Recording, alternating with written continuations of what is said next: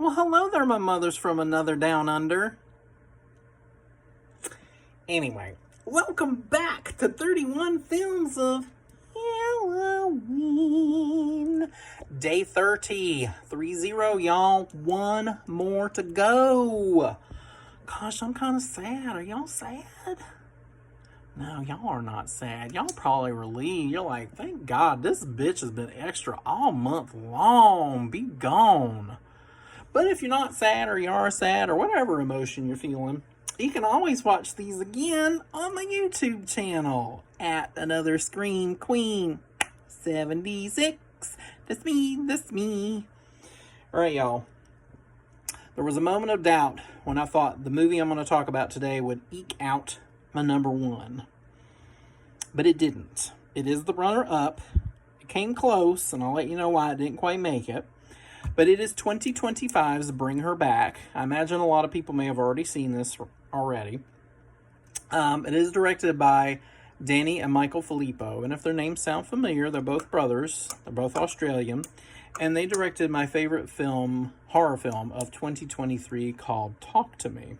If you have not seen Talk to Me, y'all get with it. That is such a good movie. I know some people will disagree with me, but whatever. Haters gonna hate, but it is a great film, so definitely check it out. Bring Her Back stars Sally Hawkins as Laura. And Sally Hawkins, man, she is so good in this. She's just good in general. But she previously starred in The Shape of Water that was directed by Guillermo del Toro. And that movie won Best Picture, and she got nominated for Best Actress. And it's very obvious why. If you haven't seen that movie, please do. It's so good. But Bring Her Back is about two step-siblings, Andy and Piper, played by Billy Barrett and Sora Wong. And unfortunately, they find themselves orphaned after Andy discovers their father dead in the shower one day. And this discovery causes him a great deal of PTSD, which will play later on into the film. Because Andy, as we will discover, Andy and his father had a bit of a tumultuous relationship. So now that these two are orphaned, they have been sent to live with a foster mom. And at first they were going to be separated, but Andy was like, hell no, that ain't happening because we a package deal. Because Piper cannot see. She's legally blind. She can see light in some shapes, but nothing in great detail. So she even has to use a cane to get around if she is by herself. And Andy is not quite of the age yet where he can file for guardianship. But he's like, we're not being separated. We're going to have to both go to the same place together. Well, they go to the home of Laura, played by Sally Hawkins. Yo, Laura. Oof, girl. Okay, Laura is not going to win Mother of the Year. N.O. She ain't no Mrs. Brady. She ain't no June Cleaver. And she makes Mommy Dearest look like Mary Had a Little Lamb. And from the beginning, we get the impression that something's really off with Laura. She's just her personality is just too aggressive already. And it's almost like she's just trying too hard to be this mother figure in their lives. And we soon learn that Laura also experienced a tragedy and is suffering from the grief of the loss of her daughter, Kathy, who died in a drowning accident. But she also has another child living with her at the home, and his name is Oliver. Yo. Oliver is scary. He is a whole village of the damned in one child. One little boy. Oliver, he's mute. He can't speak because he was traumatized by also a tragedy. And his role in this film comes into play later on. God bless. Anyway, as I was saying, we're getting a really weird feeling about Laura. And some examples are when Andy and Piper have to go to the funeral of their father. Andy doesn't really look at his dad laid out in the casket. And Piper had asked, how's he look? And Andy lies to her, of course, to appease her. Well, Laura, of course, is at the funeral as well. And Laura, girl, you do not know how to dress for a funeral, honey. It is not 1981. You are not Tony Basil singing, "Oh, Mickey, you're so fine, you blew my mind." Hey, Mickey. Girl, no. Inappropriate. But anyway, she finds out, of course, that Andy did not really tell the truth to Piper because he did not look at his father. He did not get any closure, from this. So she makes him go back in. This scene was so creepy. And she makes him go back in, and she tells him that, very often they say that the spirit remains within the body for quite a while after death. And she says, your father is still in there. So she makes him go back in, kiss him on his forehead. And then she tells him to kiss him on the mouth. No! I'd have been like, send me back to the orphanage right now. Laura done lost her mind. I am not dealing with this kind of crazy bullshit. Send me over to Mommy Dearest. Lord have mercy. I will eat raw meat and make sure no wire hangers are available. Of course, they don't have any choice in the matter. And there's a few other unsettling things that occur in this film. And Sally Hawkins plays this role so well because Laura's character is, one moment she is this horrible, vile individual who's willing to do anything to get her way and do what she needs to do.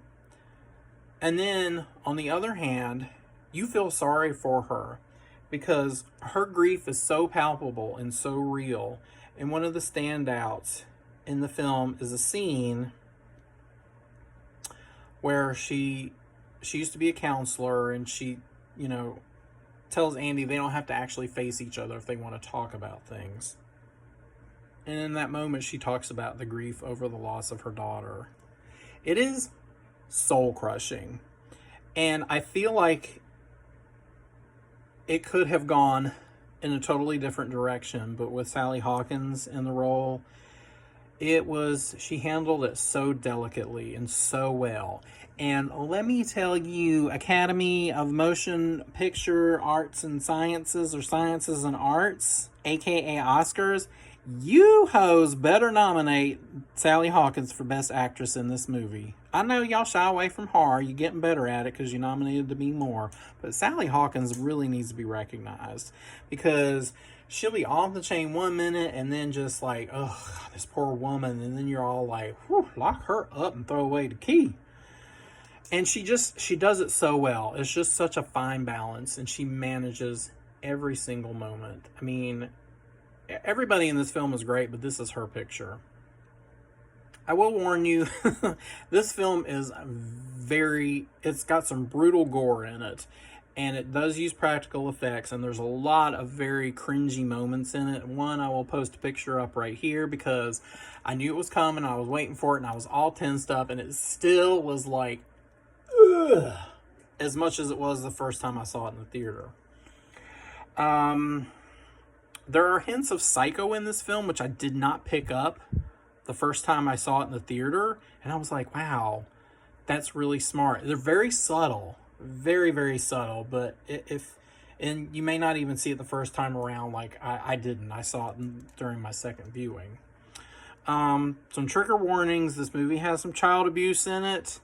It also has a lot of gaslighting. In it, and there's a bit of self-harm as well. It's gross. It is not for the faint of heart, and it's not for the faint of heart basically because it's just bleak as shit. And I know I've used that word a whole lot this month, but this is the darkest of the dark. It is just very visceral, and just the emotion of it is just devastating.